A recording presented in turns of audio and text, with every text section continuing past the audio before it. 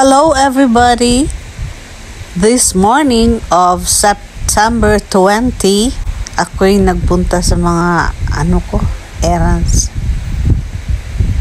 But before going there, sa aking mga pupuntahan, nagpunta muna ako sa simbahan, sa San Pedro Cathedral.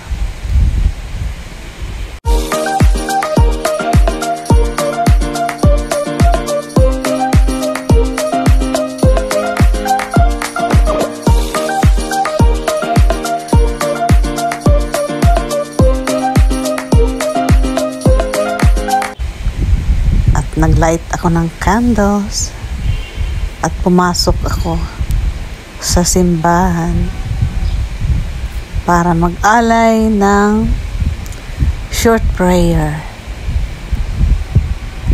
para sa lahat, at lalong-lalo na sa mga may sakit na ngayon ay nagtitiis sa kanilang pains. Inaalay ko sa kanila ang aking prayers. Ilang minutes lang ako dito sa loob, but sana po narinig ako ng Diyos sa aking panalangin. Mag-isa lang ako, walang kasama kasi may work yung isa, nag-aaral naman yung apo ko. So, pagkatapos, lakad-lakad ako.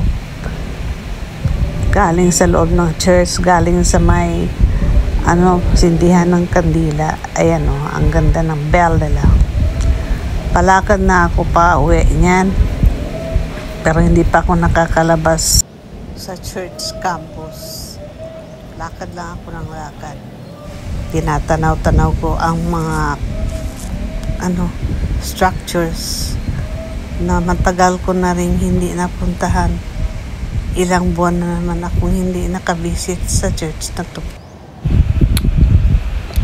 Yan ang view ng church ngayon. Under repair pala kasi marami nang sira-sira sa mga kisame. Yan, ako lang mag-isa. Pero parang lutang yung aking pakiramdam. So hindi ako enjoy ng lakad-lakad ko. Wala din akong kausap.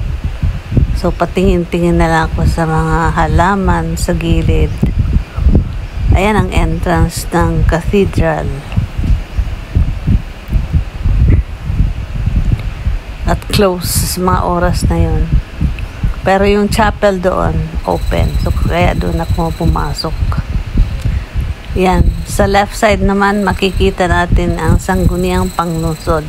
Nakunan ko pa nga ng clip. Ayan.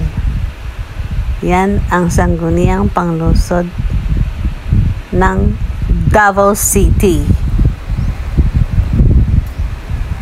So, hindi pa nakakapunta dito.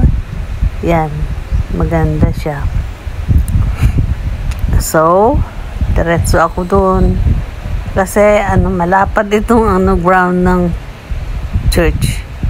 Pagdating sa may dulo, yan dyan, meron akong nakitang isang or dalawang tables na may mga nakalagay doon, raffle for a cause. Raffle for a cause. So, pila po na, sir. Pumunta ako doon. Lumapit ako. Ay, 100. At nagtanong kung ano yan. Sa asa? Repair? Sabi ng tao na nagbabantay, raffle for a cause daw para sa repair ng cathedral. 100 pesos ang isa. So, sa December 23 ang draw. Pero hindi ako pumuha. Nag-alay na lang ako ng 50 pesos kasi kulang yung pera ko. Siguro, before December, I can go back there and buy one. December 23, dire Then dumiretso ako sa Imperial Appliance Plaza to pay my account sa aking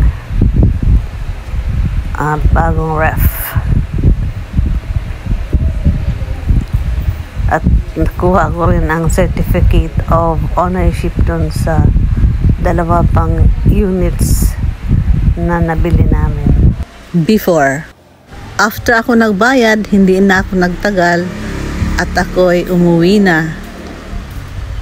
Kasi lutang ako eh.